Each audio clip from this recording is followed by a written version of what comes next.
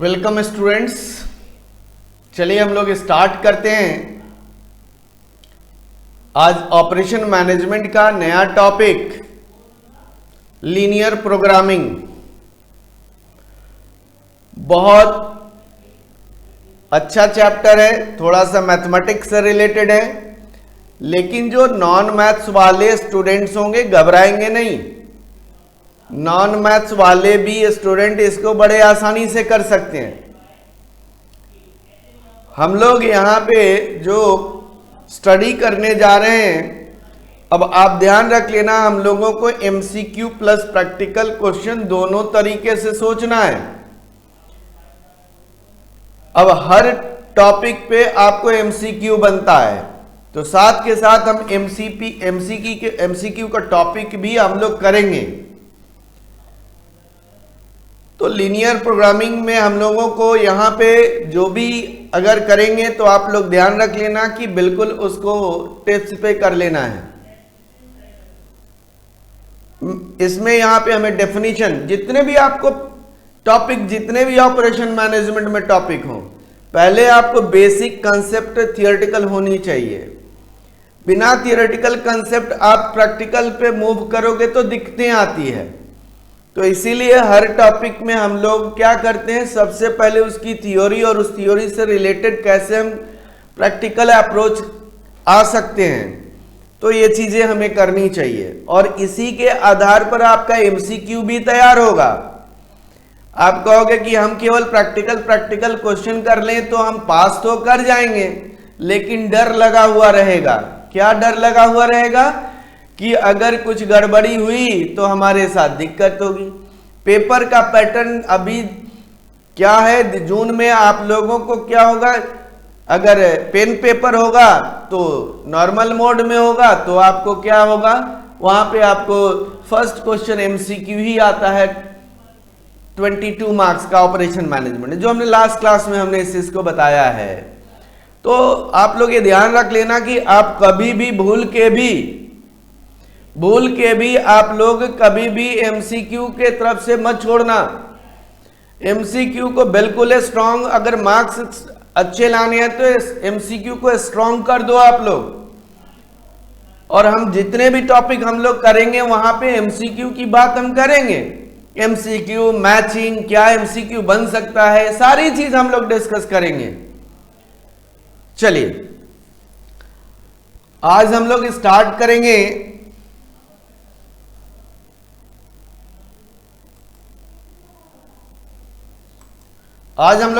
करेंगे linear programming. Linear programming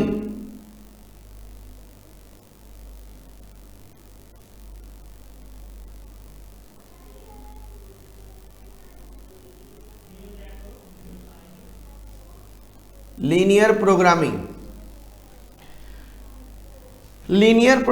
का आप लोग क्या करोगे, क्या करना है आप लोगों को, एब्रीविएटेड वर्ड भी ध्यान रखना है। LP linear programming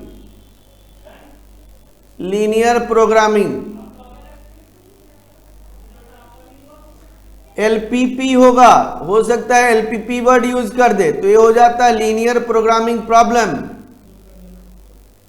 linear programming problem,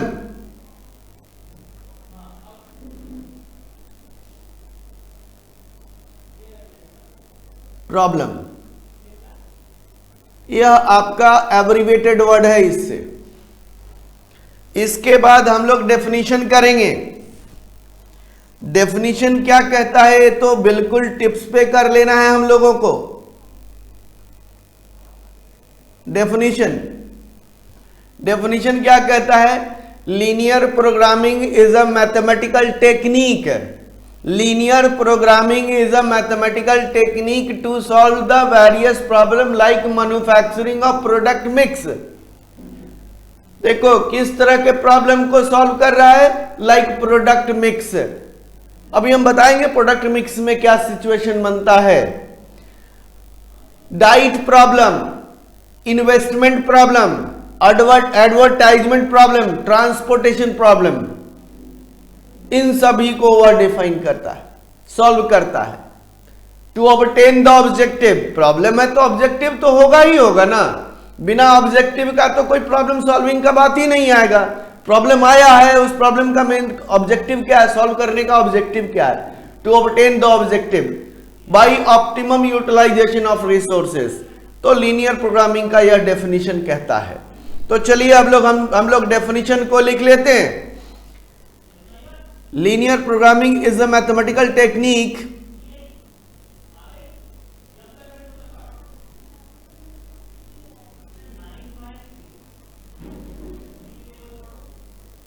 linear programming is a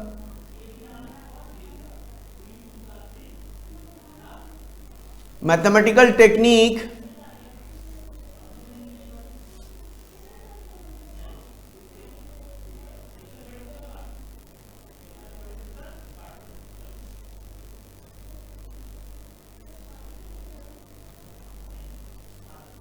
to solve the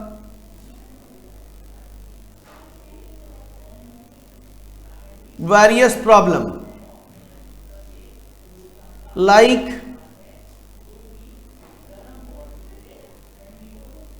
manufacturing of product mix, comma diet problem,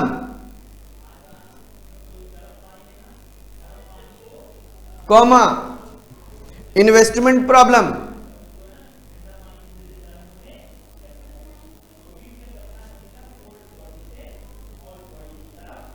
comma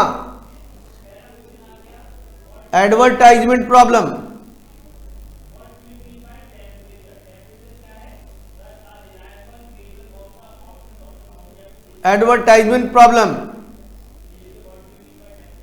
and transportation problem.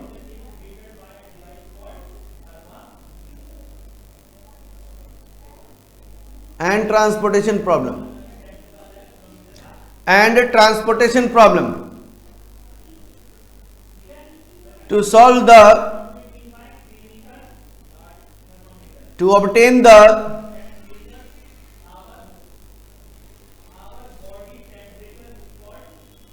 objective,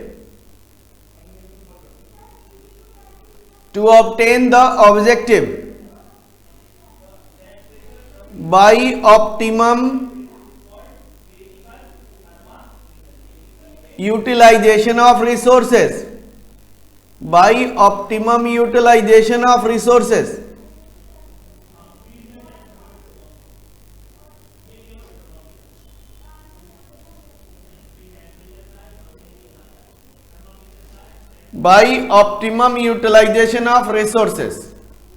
resources का ऑप्टिमम यूटिलाइज करते हुए ऑब्जेक्टिव को obtain करेंगे और प्रॉब्लम को solve करेंगे। इस definition में सबसे पहले आप ध्यान रखोगे, डेफिनेशन में आपको ध्यान रखना क्या, it is a mathematical technique. Mathematical technique is a mathematical method, quantitative technique, mathematical model, ध्यान रखना आप लोग, mathematical model to solve the various problem like manufacturing a product mix. मैंने कहा कि आप प्रोडक्ट मिक्स का प्रॉब्लम को सॉल्व करते हो। कैसे सॉल्व करोगे, बाय फॉर्मुलेटिंग मैथमेटिकल मॉडल। हमें प्रॉब्लम को मैथमेटिकल फॉर्म में कन्वर्ट करने के, सॉल्व करने का तरीका मैथमेटिकल फॉर्म में कन्वर्ट करेंगे। कोई भी प्रॉब्लम होगा मैथमेटिकल मॉडल कन्वर्जन तो होगा ही होगा, बिना मैथमेटिकल मॉडल कन्वर्जन किए हम सॉल्व नहीं कर सकते। तो उस मॉडल जो हम तैयार करते हैं उसे कहा जाता है लीनियर प्रोग्रामिंग। तो आप लोग यह ध्यान रख लेना है कि मैन्युफैक्चरिंग ऑफ प्रोडक्ट मिक्स क्या कहता है। मान लो एक ऑर्गेनाइजेशन है, दो तरह का प्रोडक्ट प्रोडक्शन करना चाहती है, दो तरह का प्रोडक्ट प्रोडक्शन करना चाहती है। मान लो प्रोडक्ट ए और प्रोडक्ट बी है। प्रोडक्ट ए बनाने में रॉ मटेरियल और लेबर लगता है। रॉ मटेरियल की अवेलेबिलिटी लिमिटेड क्वांटिटी में है, लेबर की अवेलेबिलिटी भी हमारे पास लिमिटेड क्वांटिटी में है। प्रोडक्ट बनाकर अगर हम बेचते हैं, प्रोडक्ट बनाकर बेचते हैं तो हमें प्रॉफिट होता है। तो अब यह प्रॉब्लम हमारे पास आया कि मैं प्रोडक्ट ए बनाऊं या सिर्फ प्रोडक्ट बी बनाऊं या दोनों मिलाकर बनाऊं, यानी हमारे पास प्रॉफिट मैक्सिमम होगा। यानी हमारा ऑब्जेक्टिव क्या है? प्रॉफिट कमाना, ज्यादा से ज्यादा प्रॉफिट कमाना। अगर मोर प्रॉफिट अगर हमें अर्न करने हैं तो या तो मुझे सिर्फ ए बनाए या सिर्फ बी बनाए या दोनों का मिक्स करके मेरा प्रॉफिट मैक्सिमम आ रहा है। इस तरह के प्रॉब्लम को हम मैथमेटिकल मॉडल में कन्वर्ट करके सॉल्व करते हैं। इसी तरीके से डाइट प्रॉब्लम है। डाइट प्रॉब्लम क्या कहता है? डाइट प्रॉब्लम कहता है कि मान लो कि एक डाइटिशियन है, वह दो तरह का फूड प्रिपेयर करता है। वह दो तरह का फूड प्रिपेयर करता है। फूड में विटामिन, प्रोटीन्स, फैट्स होता है। जो रिक्वायरमेंट है प्रोटीन, फैट्स और विटामिन का, वह उसमें फूड्स में कंटेन्ड है। अब उस फूड का कॉस्ट, कुछ भी हो, कॉस्ट हमारे पास गिवन होगा। तो उस केसेस में हम लोग क्या सोचेंगे कि कम से कम कॉस्ट में कितना फूड 1 और कितना फूड 2 परचेज करें जिससे कि टोटल कॉस्ट हमारा कम हो और मेरा जो रिक्वायरमेंट है न्यूट्रिएंट्स का वह भी मेरा फुलफिल हो। इस तरह के भी प्रॉब्लम को हम क्या करते हैं? मैथमेटिकल मॉडल में कन्वर्ट करके सॉल्व कर देते हैं। हमने कहा कि इन्वेस्टमेंट प्रॉब्लम, मान लो कि आपके पास पैसे, आप इन्वेस्टमेंट करना चाहते हो। इन्वेस्टमेंट करने का मेन मकसद क्या है आपका? बता सकते हो? इन्वेस्टमेंट करने का मेन मकसद आपका है कि आपको रिटर्न मैक्सिमम हो। मतलब ऑब्जेक्टिव तो कहीं ना कहीं है ही हमारे पास, मैक्सिमम रिटर्न हो। डिफरेंट टाइप्स ऑफ इन्वेस्टमेंट है। अगर डिफरेंट टाइप्स ऑफ इन्वेस्टमेंट है तो किसमें हमें इन्वेस्टमेंट करना चाहिए, कितना हमें किसमें इन्वेस्टमेंट करना चाहिए कि जिससे कि मैक्सिमम रिटर्न हो। तो आप इन्वेस्टमेंट करने के लिए सोच रहे हो तो आप शेयर में इन्वेस्ट कर सकते हो, म्यूचुअल फंड में इन्वेस्ट कर सकते हो, आप क्या कर सकते हैं? फिक्स डिपॉजिट कर सकते हो। तो डिफरेंट टाइप्स ऑफ इन्वेस्टमेंट है। रियल एस्टेट में कर सकते हो इन्वेस्टमेंट। तो अगर डिफरेंट टाइप्स ऑफ इन्वेस्टमेंट है तो डिफरेंट टाइप्स ऑफ इन्वेस्टमेंट में अगर आप इन्वेस्ट करोगे तो हर का रिटर्न अलग अलग होगा। अगर हर का रिटर्न अलग अलग है तो आपको रिस्क भी हर रिटर्न के साथ इन्वॉल्व है।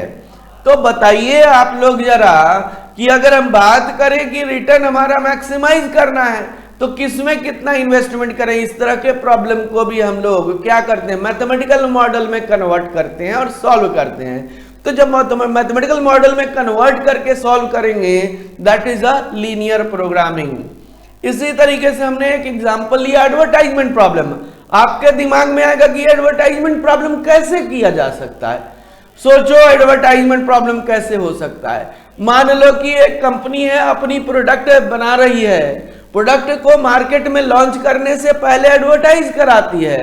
तो एडवर्टाइजमेंट कराने के लिए अलग अलग मीडिया है। अगर एडवर्टाइजमेंट कराने के लिए अलग अलग मीडिया है तो हर मीडिया का हमारे पास ऑडियंस भी अलग अलग है। ऑडियंस भी अलग अलग, टेलीविजन का ऑडियंस अलग है, मैगजीन्स का रीडर अलग है, न्यूज़पेपर का रीडर अलग है। तो they are the different types of audience. तो हमारे साथ प्रॉब्लम आ गया कि हम किसमें कितना एडवर्टाइजमेंट करें जिससे कि मेरा अवेयरनेस, प्रोडक्ट के बारे में अवेयरनेस भी मैक्सिमाइज हो और मेरा जो बजट है उस बजट के अंडर में मेरा एडवर्टाइजमेंट भी हो जाए।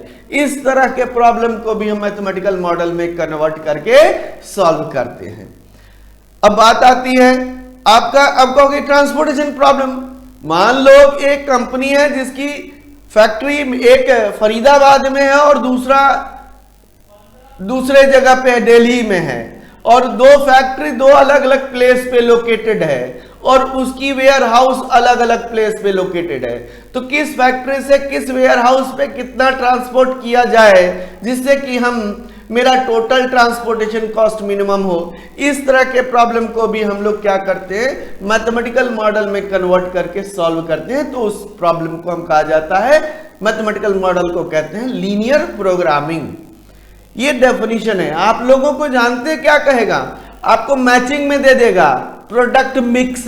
प्रोडक्ट मिक्स किस में होगा, that is a linear programming. MCQ में क्वेश्चन होगा, यानी कि a model by which product mix can be solved, a mathematical model by which product mix can be solved. आपका linear programming, transportation, assignment, simulation, different types of MCQs होंगे। यहाँ पे MCQs में क्या होगा, प्रोडक्ट मिक्स किसके द्वारा solve हो सकता है, लीनियर प्रोग्रामिंग के द्वारा सॉल्व हो सकता है। तो ये आप लोगों का एमसीक्यू डेफिनेशन से बनेगा। तो आप लोग इस चीज को, डेफिनेशंस को बिल्कुल टिप्स पे करें। सिंपल सी डेफिनेशन को याद रखना है आपको। इस डेफिनेशन को 4 पार्ट में तोड़ दो ना, ब्रेक करो ना 4 पार्ट्स में।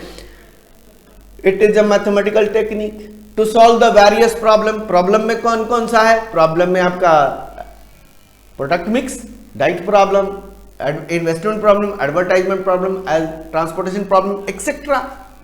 And third is to obtain the objective, कैसे, by optimum utilisation of resources. ये तो हमारे क्या है, डेफिनेशन कहता है। तो डेफिनेशन है हमारे पास।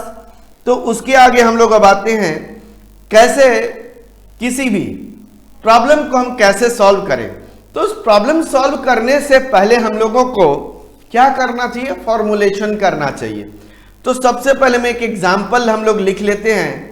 तो आप लोग जरा देखिएगा, जो हम एक प्रोडक्ट मिक्स का एग्जाम्पल लिख रहे हैं यहां पे, एग्जाम्पल ऑफ प्रोडक्ट मिक्स।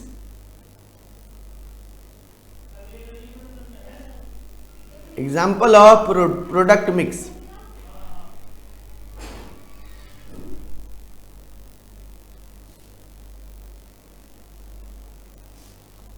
मान लो कि एक कंपनी है, 2 तरह का प्रोडक्ट बना रही, प्रोडक्ट ए और दूसरा है प्रोडक्ट बी।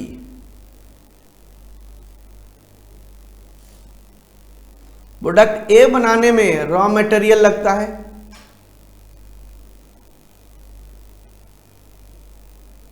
और लेबर लगता है। रॉ मटेरियल मान लो 1 यूनिट बनाने में 5 kg पर यूनिट लगता है प्रोडक्ट ए में, और 3 kg per unit raw material B में लगता है। Labour 2 hours per unit A में लगता है और 3 आवर्स पर यूनिट बी में लगता है। आपके पास अवेलेबिलिटी ऑफ रॉ मटेरियल और लेबर क्या है, अवेलेबल क्या है। मान लो 120 kg आपके पास रॉ मटेरियल अवेलेबल है और 60 घंटे आपका लेबर अवेलेबल है। और जब प्रोडक्ट बनाकर मार्केट में बेचते हो, आप मार्केट में बेचते हो तो प्रॉफिट होता है कितना, मान लो 4 rupees per hour, 4 rupees per unit है और इसमें हमारे पास 5 रुपीज पर यूनिट है। ये हमने एक एग्जाम्पल लिया। अब जरा सोचो, आप लोग के दिमाग में आएगा कि सर बी है जिसमें ज्यादा प्रोडक्शन हो रहा, प्रॉफिट हो रहा है, तो हम बी क्यों ना सिर्फ बनाएं। लेकिन बी का प्रोडक्शन आपके पास किस पे डिपेंड करेगा, ए और बी की प्रोडक्शन आपका डिपेंड करेगा किस में, रिसोर्सेस पे, यानी कितना रॉ मटेरियल और कितना लेबर अवेलेबल है उसी पे तो डिपेंड करेगा। बाकी तो आपको देखना पड़ेगा कि किस पे डिपेंड कर, नंबर ऑफ यूनिट्स प्रोडक्शन किस पे बनेगा इस पे। देखो यहां पे ऑब्जेक्टिव क्या हो गया हमारे पास, maximisation of profit, maximisation of profit. तो प्रोडक्ट मिक्स का है, हम या तो ए प्रोडक्ट करें, प्रोडक्ट बनाए जिससे कि मैक्सिमम प्रॉफिट हो, या प्रोडक्ट बी बनाए तो मेरा मैक्सिमम प्रॉफिट हो, या दोनों मिलाकर हो सकता है कि मेरा मैक्सिमम प्रॉफिट हो। तो यह डिसीजन लेना है हमें। तो इस डिसीजन को, यानी कि डिसीजन के लिए हम जो मेथड अप्लाई करते हैं, मैथमेटिकल मेथड, वह लीनियर प्रोग्रामिंग का मेथड्स होगा और उस लीनियर प्रोग्रामिंग के थ्रू हम कोई भी प्रॉब्लम को सॉल्व कर सकते हैं मैथमेटिकली। तो ये हम लोगों को ध्यान रखना है। तो इस तरह का जब प्रॉब्लम है, तो जब प्रॉब्लम होगा तो प्रॉब्लम का हम लोग क्या करेंगे, प्रॉब्लम को हम लोग कन्वर्जन भी करेंगे। क्या करेंगे, प्रॉब्लम कन्वर्ट करेंगे मैथमेटिकल मॉडल में, यानी जिसको हम कह सकते हैं formulation of linear programming problem, यानी एलपीपी का जो प्रॉब्लम होगा उसको कैसे मैथमेटिकल मॉडल में फॉर्मुलेट की जाए, तो formulation of linear programming, this is the formulation of linear programming.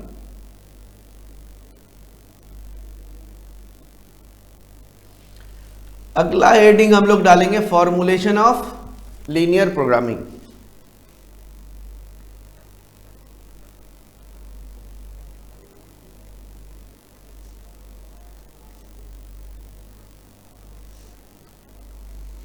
Formulation of LPP,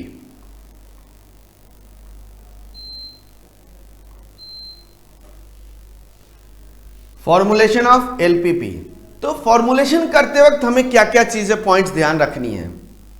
formulation करते वक्त हम लोगों को कौन कौन से पॉइंट्स ध्यान रखने, वह पॉइंट आप लोग याद कर लेना जरा। Point 1, first point, and formulation of LPP is also called converting in mathematical model. Identify the objectives. Identify the objective.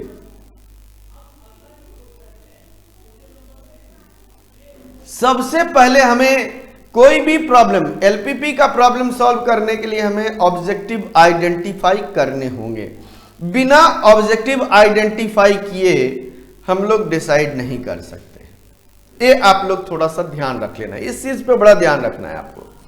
Identify the objective.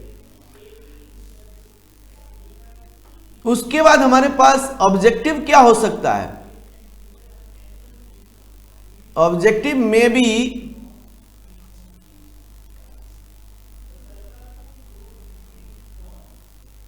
Maximisation और minimisation.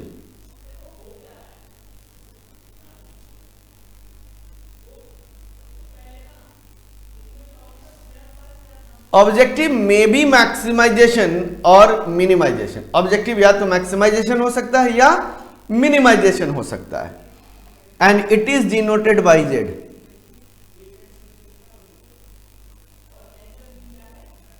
It is denoted by Z. इसे हम Z से denote करते हैं। इसे हम लोग किसी से डिनोट करेंगे?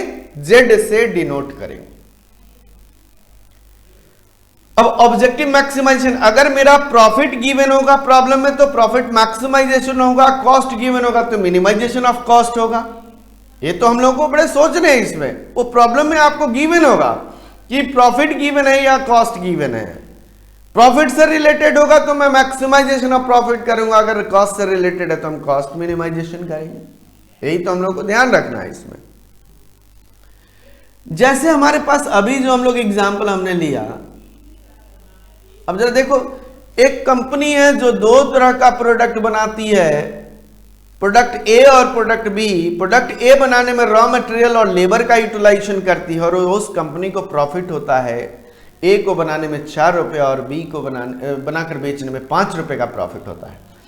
तो what is the objective? Objective is maximisation of profit. देखो ये क्या है, this is the objective, this is objective. क्या है हमारे पास? This is objective. ये ऑब्जेक्टिव है, objective maximisation of profit, this is objective. तो सबसे पहले हमारा ये आप ध्यान रख लेना कि ऑब्जेक्टिव क्या है, यह डिसाइड करना ही करना है। बिना इसके डिसाइड किए नहीं हो चलेगा। हमें ऑब्जेक्टिव डिसाइड करने ही होंगे, ये आप लोग ध्यान रख लेना, भूलना मत इसको। चलिए सेकंड, आइडेंटिफाई द वेरिएबल्स।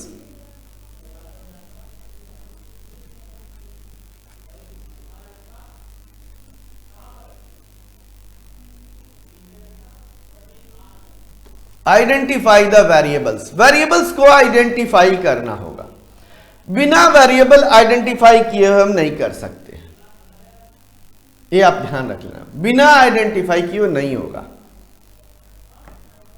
आई बात समझ में ना? अब वेरिएबल कैसे आइडेंटिफाई करोगे आप? तरीका, ऑब्जेक्टिव जिस पे डिपेंड करे, ऑब्जेक्टिव जिसके जिस पर डिपेंड करे वो वेरिएबल है। अब इस ऊपर जो हमने एग्जांपल लिए हैं उसमें देखो ना जरा, प्रॉफिट गिवन है, ए का 1 यूनिट का प्रॉफिट, 1 यूनिट को बेचने पे 4 रुपए का प्रॉफिट हो रहा है और बी को बेचने में 5 रुपए का प्रॉफिट है। And total profit will depends on number of units of A and number of units of B. And what is profit? Profit is objective. It means objective will be maximize on the basis of how many product A produced and how many product B produced, यही होगा ना। तो चलिए इसका हम देखो जरा, मैंने कहा कि ऑब्जेक्टिव जिस पे डिपेंड करेगा उसे वेरिएबल कहेंगे। जैसे अगर मैंने ए का 1 यूनिट प्रोडक्शन किया, बी का 1 यूनिट प्रोडक्शन किया, इसी एग्जांपल पे हम लोग चलते हैं। ए का 1 यूनिट और बी का 1 यूनिट, तो देखोगे आप लोग टोटल प्रॉफिट कितना हो गया, 9 का होगा कि नहीं होगा, 4 + 5 9। अगर ए का 2 यूनिट प्रोडक्शन किया और बेचा और बी का 1 यूनिट, तो कितना हो गया, 4 × 2 = 8 और +5, टोटल प्रॉफिट कितना हो गया, 13। जैसे जैसे नंबर ऑफ यूनिट्स वैरी कर रहा है, ए का अगर मैंने 1 यूनिट ले लिया और बी का 2 यूनिट ले लिया तो कितना हो जाएगा, टोटल प्रॉफिट कितना हो गया, 14। अगर ए वैरी कर रहा है और बी वैरी कर रहे हैं तो हमारा प्रॉफिट भी वैरी कर रहा है, यानी total profit will depends on how many number of units of A and how many number of units B produced। तो हमारा ऑब्जेक्टिव प्रॉफिट है, प्रॉफिट किस पर डिपेंड कर रहा है, number of units of A और number of units of B. तो number of units of A and number of units of B will be considered as a variable, will be considered as a variable, उसे हम variable consider करेंगे। तो आप लोग यह ध्यान रखना, ऑब्जेक्टिव जिस पर डिपेंड करेगा वो वेरिएबल कहते हैं। Third point is identify constraints.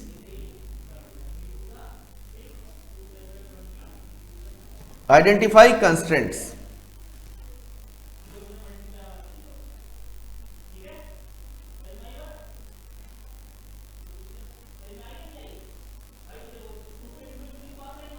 Identify constraints.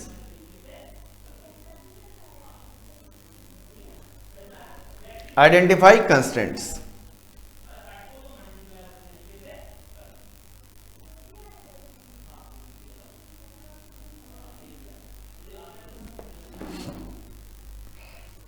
Constants क्या होगा हमारे पास, अब वेरिएबल जिस पे डिपेंड करेगा, वेरिएबल जिस पे डिपेंड करेगा उसे हम कॉन्स्टेंट्स कहते हैं। क्या कहेंगे, वेरिएबल जिस पे डिपेंड करेगा उसे हम कॉन्स्टेंट्स कहेंगे। वेरिएबल को हम, वेरिएबल जिस पे डिपेंड करेगा उसे हम कंस्ट्रेंट्स कहेंगे। अब देखो, अब हमने कहा कि number of units of A and number of units of B, number of units of A and number of units of B will depends on how much raw material is available and how much labor is available। यानी raw material की availability और labour की availability क्या हो गया, constraints हो जाएगा। And product A and product B क्या हो गया, वेरिएबल हो गया। यह चीज हम लोगों को ध्यान रखना कि what is the objective, what is the variable and what is the constraint. ये 3 पॉइंट्स हम लोगों को ध्यान रखना है। इसके आगे हम लोग अब क्या करेंगे, चौथा पॉइंट्स तो आप लोग भूल के भी छोड़ना नहीं है। 4th point is variable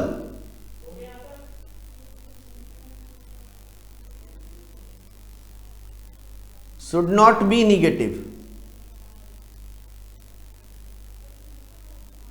variable negative नहीं होने चाहिए, मस्ट नॉट बी नेगेटिव, यानी नॉन निगेटिविटी कंडीशन है। This is called variable should not be negative. Number of units से -1 हो सकता है क्या, number of units of B -2 हो सकता है क्या, नहीं हो सकता है ना। तो इसलिए variable should not be negative, यानी this is the non negativity condition. Non negativity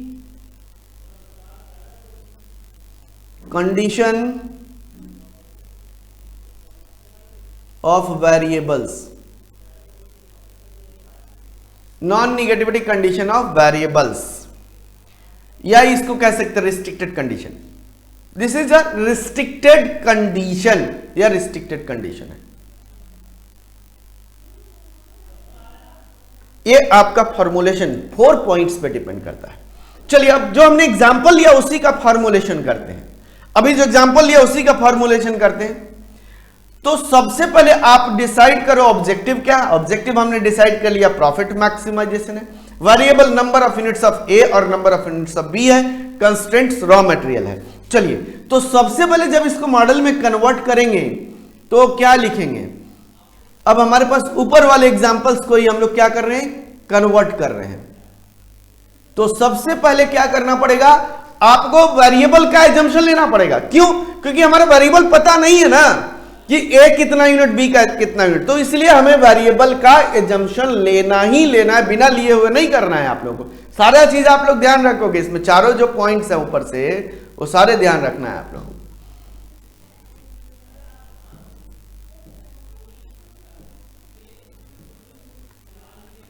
late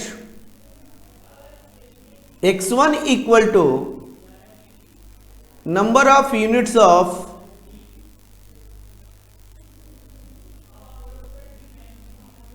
product A, x2 equal to number of units of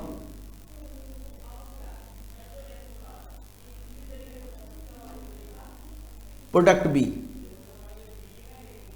x1 equal to number of units of product A and x2 is the number of units of product B।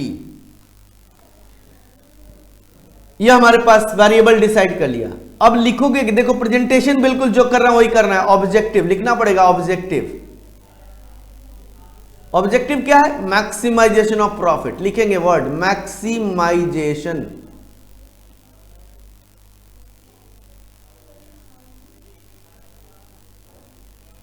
profit, maximization of profit, and profit is denoted by Z, profit is denoted by Z। अब चलिए, अब example में हमारे पास क्या था, 1 unit अगर मैं प्रोडक्शन करता हूं तो 4 रुपए का प्रॉफिट है। 2 यूनिट प्रोडक्शन करूंगा तो 4 इंटू 2 हो जाएगा। 3 यूनिट प्रोडक्शन करूंगा तो 4 इंटू 3 हो जाएगा। प्रॉफिट इतना आएगा बेचोगे तो। अगर मेरा x1 यूनिट है तो क्या हो जाएगा 4x1, और 5 यूनिट अगर B में है और 1 यूनिट में 5 है तो 2 यूनिट में 5 इंटू 2, 3 इंटू में 5 इंटू 3, x2 यूनिट में 5 इंटू x3। टोटल प्रॉफिट निकालना है तो दोनों को मुझे क्या करना पड़ेगा, ऐड करना पड़ेगा कि नहीं करना पड़ेगा। तो इसका मतलब हमने क्या करना होगा, टोटल प्रॉफिट कितना आ जाएगा 4x1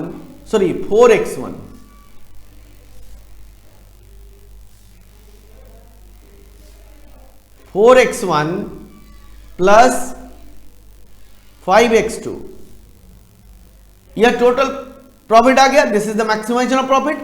अगला स्टेप लिखोगे, this profit can be obtain by subject, ये वर्ड लिखना पड़ेगा, सब्जेक्ट टू कंस्ट्रेंट्स।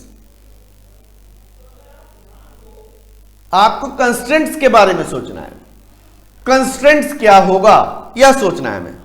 हमने अभी बताया कि number of units of A और number of units of B किस पे डिपेंड करेगा, total profit will depends on total profit will depends on number of units of A and number of units of B, and number of units of A and number of units of B will be variables। Variable किस पे depend करेगा, raw material and labour. हमने अभी example में ही देखा ना, utilization of labour and raw material, यही है ना।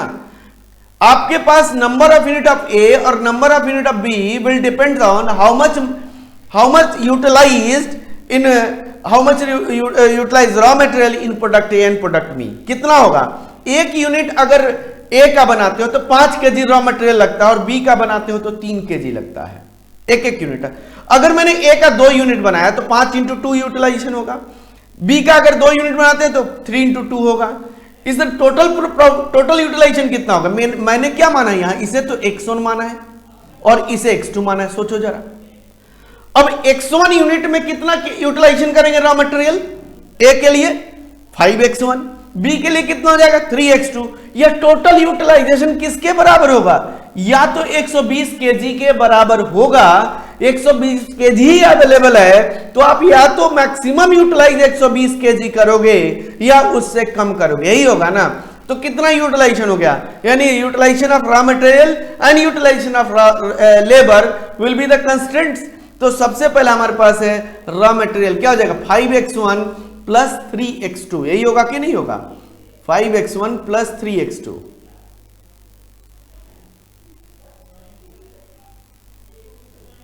पहला constant is raw material.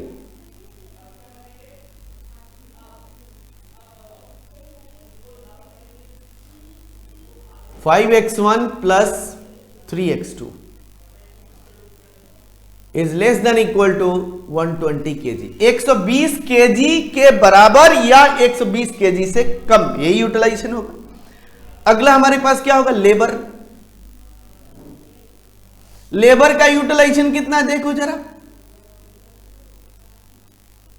Labour का यूटिलाइजेशन कितना है, 2 घंटे एक यूनिट पे लगता है और 3 घंटे बी का एक यूनिट पे लगता है, तो 2x1 प्लस 3x2, और अवेलेबिलिटी कितनी है, 60 घंटे से ज्यादा अवेलेबल नहीं है, तो 60 घंटे या 60 घंटे से कम यूटिलाइजेशन होगा, यानी 2x1 प्लस 3x2। लेबर क्या हो जाएगा, 2x1 plus 3x2 should be less than equal to 60, should be less than equal to 60।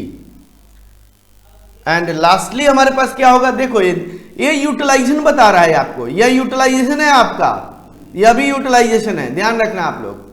And last point is x1 x2 variable should not be negative, should be greater than equal to 0। This is the formulation of linear programming. तो आपके दिमाग में आएगा कि sir solve करेंगे, solve करने का method अलग है, लेकिन सबसे पहले हम लोगों को फॉर्मुलेशन सीखनी जरूरी है, बिना सीखे हुए नहीं हो सकता है, आप ध्यान रख लेना, बिना सीखे हुए नहीं हो सकता है, आपको सीखना पड़ेगा, बिना सीखे नहीं करना है इसको, ये ध्यान रख लेना आप लोग, बिना सीखे नहीं करना है।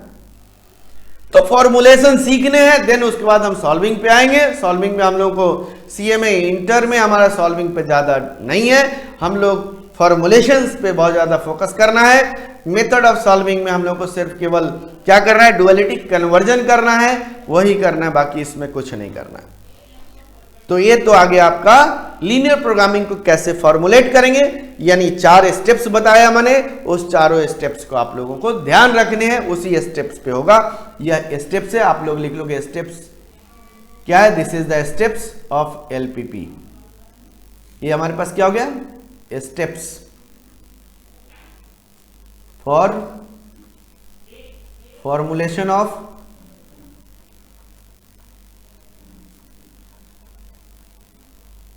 LPP, steps for formulation of LPP। चलिए अब अगर हम लोग कुछ क्वेश्चंस पे आते हैं,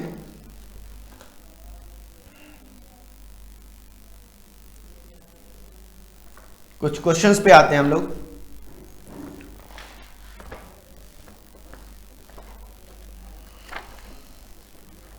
पेज नंबर 74 पे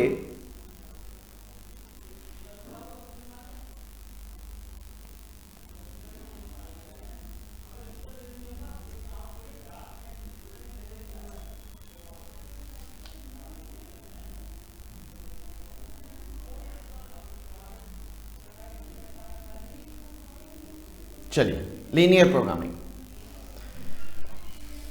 देखिए, लीनियर प्रोग्रामिंग हमारे पास सबसे पहला क्वेश्चन फॉर्मुलेशन।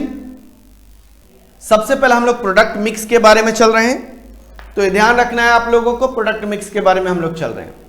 तो सबसे पहले a furniture for manufacture chairs and tables each requiring the use of 3 machines A, B and C. Production of one chair requires 2 hours on machine A, 1 hour on machine B and 1 hour on machine C. Each table requires 1 hour on machine A and B and 3 hours on machine C. Profit realized by selling one chair is rupees 30, while a table for figure is rupees 60. The total time available per week on the machine A is 70 hours, on machine B and 40 hours on machine B, and on C is 90 hours. How many chairs and table should be made per week so as to maximize the profit and develop a mathematical formulation. हमें mathematical formulation करने हैं। अब mathematical formulation करना है, चलिए हम लोग mathematical formulation करेंगे। इसका क्वेश्चंस देखेंगे, क्वेश्चंस के आगे हम लोग करेंगे इसको। चलिए सबसे पहले हम लोग फॉर्मुलेशन करते हैं। क्वेश्चन नंबर 1,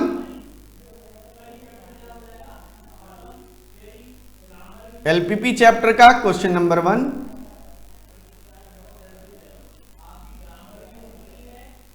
क्वेश्चन नंबर 1, देखो क्वेश्चन को सॉल्व करने का तरीका हम लोगों को ध्यान रखना है कि हम लोग टेबुलर फॉर्म में कन्वर्ट करके भी फॉर्मुलेट करें या बिना टेबुलर का भी, दोनों चीजें सीखनी है। ऐसा कोई जरूरी नहीं कि आप एक ही चीज सीखो। फॉर्मुलेशन आपको करना है तो आपको टेबुलर भी चलना है, विदाउट टेबुलर भी चलना है। दोनों चीजें ध्यान रखनी है आप लोगों को, ऐसा नहीं हमें दोनों चीजें आनी चाहिए। तो सबसे पहले हम लोग टेबुलर फॉर्म में कन्वर्ट करके करेंगे। हमने अभी कुछ जो क्वेश्चंस किया देखोगे, एक मन आपने अपने क्वेश्चन है, फर्नीचर है, कंपनी है जो 2 तरह का प्रोडक्ट बना रही है, प्रोडक्ट मिक्स से रिलेटेड प्रॉब्लम है। तो वह प्रोडक्ट बना रही चेयर और टेबल। तो मैंने एक ले लिया चेयर और दूसरा ले लिया मैंने टेबल, चेयर और टेबल। अब चेयर और टेबल बनाने के लिए वह 3 मशीन यूज करती है। Machine A,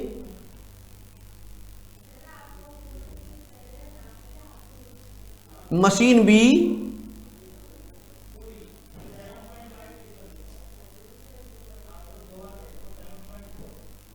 machine C. Machine A, machine B and machine C. Data के आधार पे कहता है कि production on chair 1 machine requires 2 hour on machine A, 2 hours, 1 hour on machine B and 1 hour on machine C। Question में given है table requires 1 hour on machine A and B, 1 hour and 1 hour, and 3 hour on machine C, 3 hour on machine C। आगे कहता profit realise, profit भी condition करा है, किसका दिया हुआ है, चेयर और टेबल का। Profit realize by selling chair ₹30 and ₹60, यह गिवन है हमारे पास। इसके बाद क्या करें, अवेलेबिलिटी ऑफ हमारे पास टाइम दिया हुआ है, available time.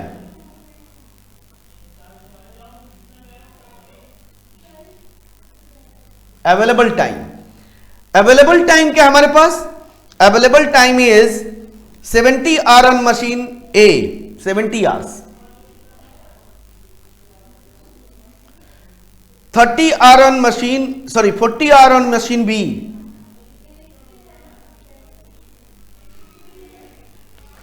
and 90 hours on machine C, 90 hours।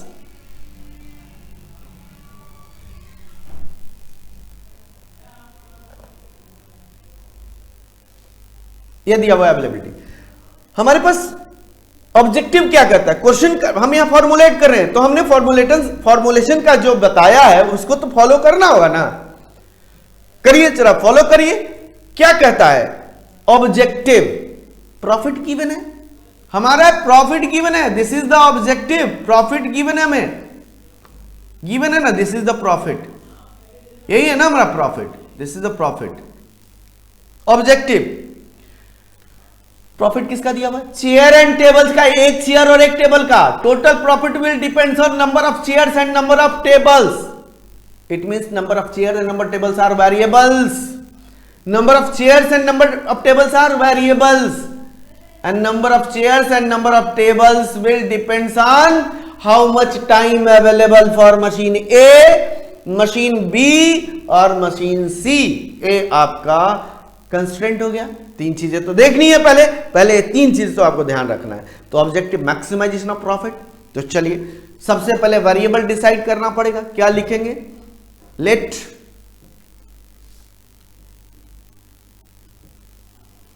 x1 equal to number of chairs तो ये हमारा हमने ले लिया x1 और x2 इक्वल टू हो गया हमारे पास नंबर ऑफ टेबल्स। मैं यहां x2 भी लिख दिया, लिखने की जरूरत नहीं है, समझाने के लिए मैंने लिखा है। ऑब्जेक्टिव, ऑब्जेक्टिव क्या हो जाएगा?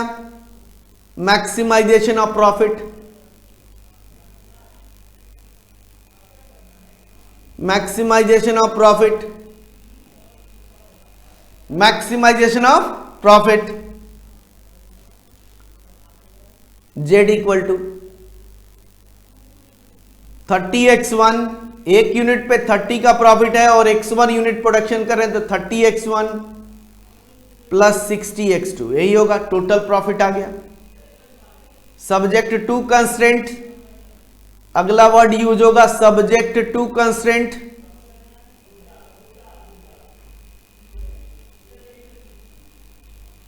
सब्जेक्ट टू कंस्ट्रेंट्स, पहला कंस्ट्रेंट क्या है आपके पास? मशीन ए का कितना यूटिलाइजेशन होगा? पहला कंस्ट्रेंट है मशीन ए, चलिए मशीन ए हो गया।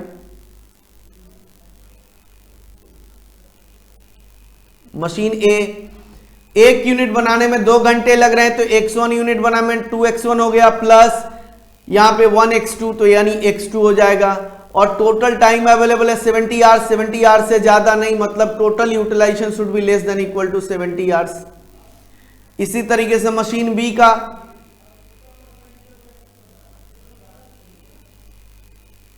मशीन बी का क्या हो जाएगा? x1 plus x2 is less than equal to 40। Machine C का इसी तरीके से निकालोगे आप लोग।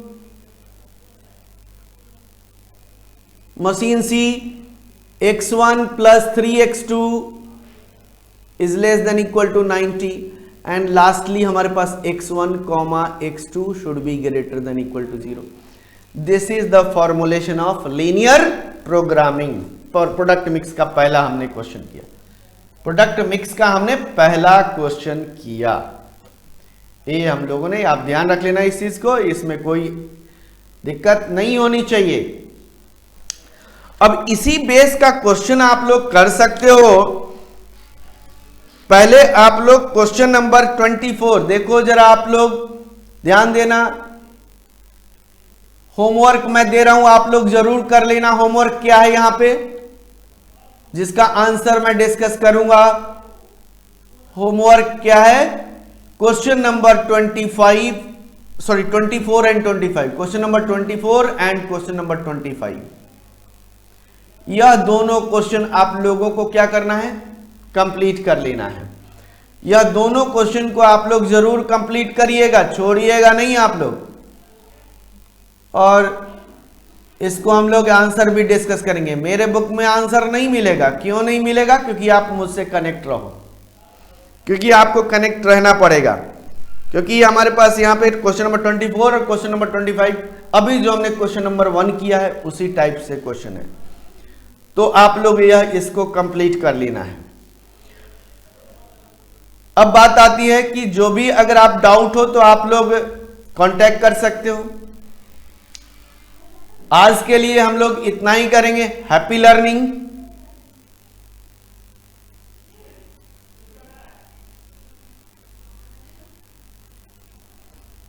डाउट हो आप लोग 9873088920 पे व्हाट्सएप कर दीजिए। ये व्हाट्सएप नंबर है, व्हाट्सएप कर दीजिए और उसके बाद हम कॉल बैक कर लेंगे। आपको दिक्कत नहीं होगी। कोई भी डाउट्स हो हम लोग डिस्कस करेंगे इस पे। तो जो भी हम लोग कर रहे हैं अभी उस चीज को ध्यान रखें कि आप लोग पूरा कंप्लीट करते चलें। यानी हम लोग का कहने का मतलब है कि ऑपरेशन मैनेजमेंट में, मेरा ये कहने का मतलब है कि ऑपरेशन मैनेजमेंट में आप लोग बिल्कुल स्ट्रांग पकड़ बन जाए और एक एक चीज हम लोग करते चलें, कोई दिक्कत नहीं होगी, कोई दिक्कत होगी ही नहीं, मैं इसकी गारंटी लेता हूं। नॉन मैथ्स वाले को मेरे साथ बिल्कुल साथ देना पड़ेगा। कहीं कुछ पॉइंट्स क्या होता है कि नॉन मैथ्स वालों को छूटी हुई मैथ होती है, पीछे 10th तक पढ़ के आते हैं, 11th 12th में मैथ नहीं होता, गैप हो जाता है, तो थोड़ा सा दिक्कतें आती है। तो उसके लिए हम आपका कॉपरेट करेंगे, जैसे भी होगा कॉपरेट करेंगे उसमें। चलिए, क्लास के लिए थैंक यू। आज इतना करेंगे हम लोग।